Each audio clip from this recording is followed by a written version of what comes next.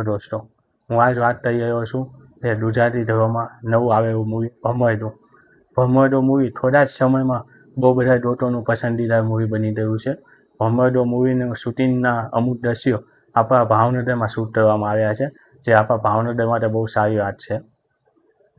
ભમરડો એક હૃદયસ્પર્શી અને પ્રેરણાદાયક ગુજરાતી ફિલ્મ છે, જે આપણા બાળપણની યાદો, મિત્રતા, સપના અને ગામડાની સાદગીપૂર્ણ જીવનશૈલીને બહુ સારી રીતે રજૂ કરે છે. આ મૂવી સરેશ પેન્ડ્રે દ્વારા સારી રીતે નિર્દેશનમાં બનાવવામાં આવી છે. ફિલ્મમાં બે ગામડાના મિત્રો દેખાડવામાં આવ્યા છે, રામ અને શ્યામ, જે પોતાના સપના પૂરા કરવા માટે ભમરડા નામની એક ગેમની સ્પર્ધામાં ભાગ લે છે.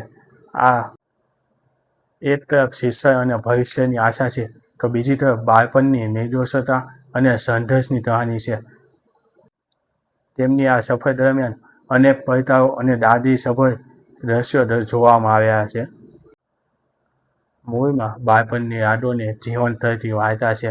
ગામડાની સંસ્કૃતિ અને સાદગીભર્યા જીવનને બહુ સારી રીતે રજૂ કરવામાં આવ્યું છે. તો બીજી તરફ મૂવીના પાત્રોનું સ્વાભાવિક અભિનય, પ્રેરણાદાયક કહાની અને બહુ જ લાગણીશીલ ક્ષણો મૂવીને બહુ યાદગાર બનાવવામાં આવે છે. મૂવી પરિવાર સાથે જોઈ શકાય અને મનોરંજન કરી શકાય તેવી એક સારી એવી મૂવી છે. ફિલ્મની વાર્તા બહુ સરળ અને બહુ ટ્વિસ્ટ હૃદયની છે.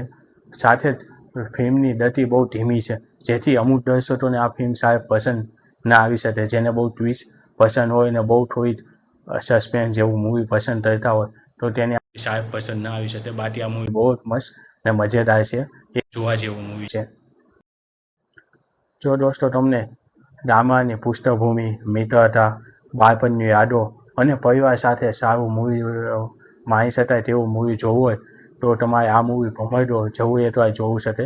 આ મૂવી માત્ર એક મનોરંજન નથી, તે આપણા બાળપણની યાદોને અને તે દિવસોને જીવંત કરી દેતા અમુક દ્રશ્યો છે, જે આપણે પાછું આપણું એ બાળપણ એક વાર જીવી શકીએ છીએ. હવે હું મારા મૂલ્યાંકન પ્રમાણે આ મૂવીને રેટિંગ આપીશ. આ મૂવીની વાર્તા, મૂવીના બધા અભિનયો, મૂવીના દ્રશ્યો અને મૂવીની કહાની અને સંવેદનાત્મક સંદેશાઓ બહુ સારા છે. તેથી હું આ મૂવીને 5માંથી 4.5 રેટિંગ આપીશ. બાકી તમે કહો દોસ્તો, તમને આ મૂવી કેવું લાગ્યું? તમે આ મૂવીને કેટલા રેટિંગ આપશો?